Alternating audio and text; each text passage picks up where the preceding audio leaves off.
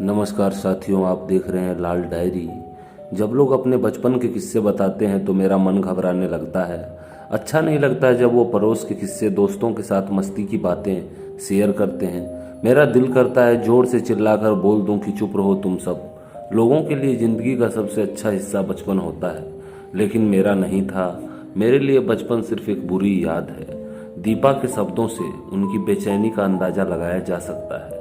जब दीपा ये सब बता रही थी तो सिर्फ इतना ही समझ आया कि उन्होंने कुछ बहुत कीमती खोया है, जिसका पछतावा उन्हें अब भी है। आज दीपा 26 वर्ष की है, लेकिन 6 साल की उम्र में जो कुछ उसके साथ हुआ अब भी उसके अंदर है। 20 साल में भी यह डर कभी कभी सामने आ जाता है।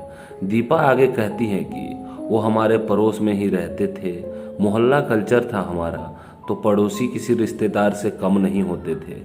मेरी माँ उनकी भाभी थी, दोनों घरों में इतनी नज़दीकी थी कि कभी लगा ही नहीं वो हमारा घर नहीं है।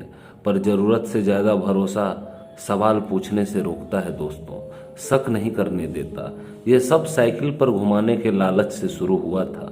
दीपा उन्हें भैया कहा करती थी। वो कहती हैं, मुझे किस करना या गोद में बैठाना उन्हें कभी अटपटा नहीं लगा।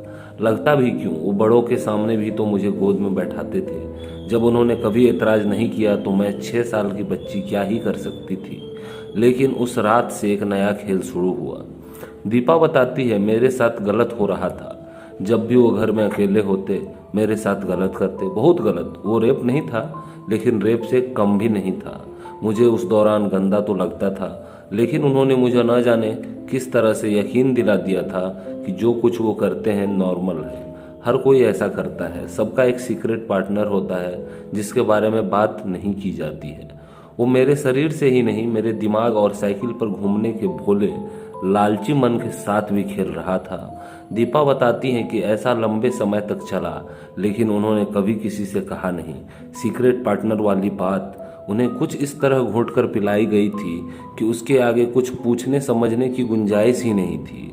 वो बताती हैं आगे, गंदगी मेरी जिंदगी का हिस्सा बन चुकी थी। हालांकि मैं उनसे दूर रहने की कोशिश करती थी, लेकिन वो बहाने से मुझे अपने पास बुला लिया करते थे।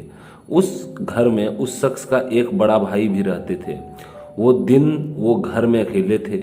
मुझे न जाने क्यों लगा कि ये भी मेरे साथ वही करेंगे।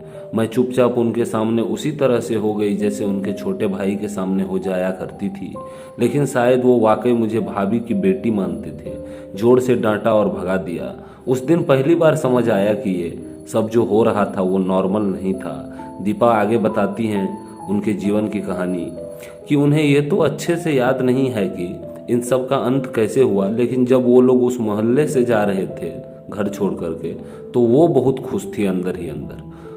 वो कहती हैं कि उनके घर में सब थे, लेकिन उन्हें उन लोगों से बहुत प्यार था। वो उन पर आंख मूंद कर भरोसा करते थे, और यही सबसे बड़ा रोड़ा था। उन्हें हमेशा लगता था कि कोई उनकी बात पर यकीन नहीं करेगा, सब उन्हें ही गलत बता देंगे। मेरे घर में बहनें थी, भाई था, मम्मी पापा थे, लेकिन कभी किसी से बताने की हिम्मत नहीं हुई। यहाँ तक कि उन्हें अब ये भी बात नहीं बता पाता है, और शायद मैं कभी बताऊं ऐसा भी संभव नहीं लगता है। उन्हें उनकी नज़रों में शर्मिंदा होते नहीं देखना चाहती मैं। दीपा आगे बताती हैं कि बचपन की इस घटना के चलते ही उन्होंने कभी बहुत दोस्त नहीं बनाए। धोखा खाने का डर हमेशा रहा, और इसी वजह से वह अक्सर अकेले ही रही। एक डर और रहा कि कहीं उन्हें एड्स तो नहीं हो जाएगा। इस डर का इलाज तो उन्होंने टेस्ट करा कर लिया। आज की तारीख में दीपा एक हाउसवाइफ है दोस्तों, लेकिन इस रिश्ते की शुरुआत आसान नहीं थी। वो बताती है, मुझे हमेशा डर रहता था कि जिस आदमी से मेरी शादी होगी, अगर उसे मेरी ज़िंदगी के इस पहलू के बारे में पता चलेगा तो, लेकिन मैंने सच छिपाया नहीं, सब कुछ बता दिया। साफ साफ उन्हें कोई परेशानी नहीं थी। उन्होंने सिर्फ इतना कहा, जो कुछ हुआ उसमें तुम्हारी गलती नहीं थी दीपा। दीपा के अनुसार सबसे बड़ी चुनौती सामान्य रहना है। आज भी कई मौक़ों पर वो असहज हो जाती है, कई बार थोड़ा अब नॉर्मल बिहेव करती है, जिसका सबसे बुरा असर उनके साथ रहने वालों पर पड़ता है।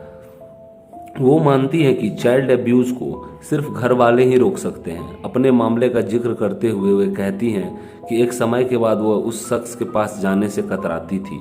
अगर उनके घर वालों ने ये नोटिस किया होता तो ये सब कुछ बहुत पहले रुक गया होता दोस्तों। थोड़ी पड़ताल की होती तो, लेकिन उन्होंने ध्यान नहीं दिया, उन्हें कुछ अजीब नहीं लगा और यही चूक ज़्यादातर मामलों में होती है दोस्तों।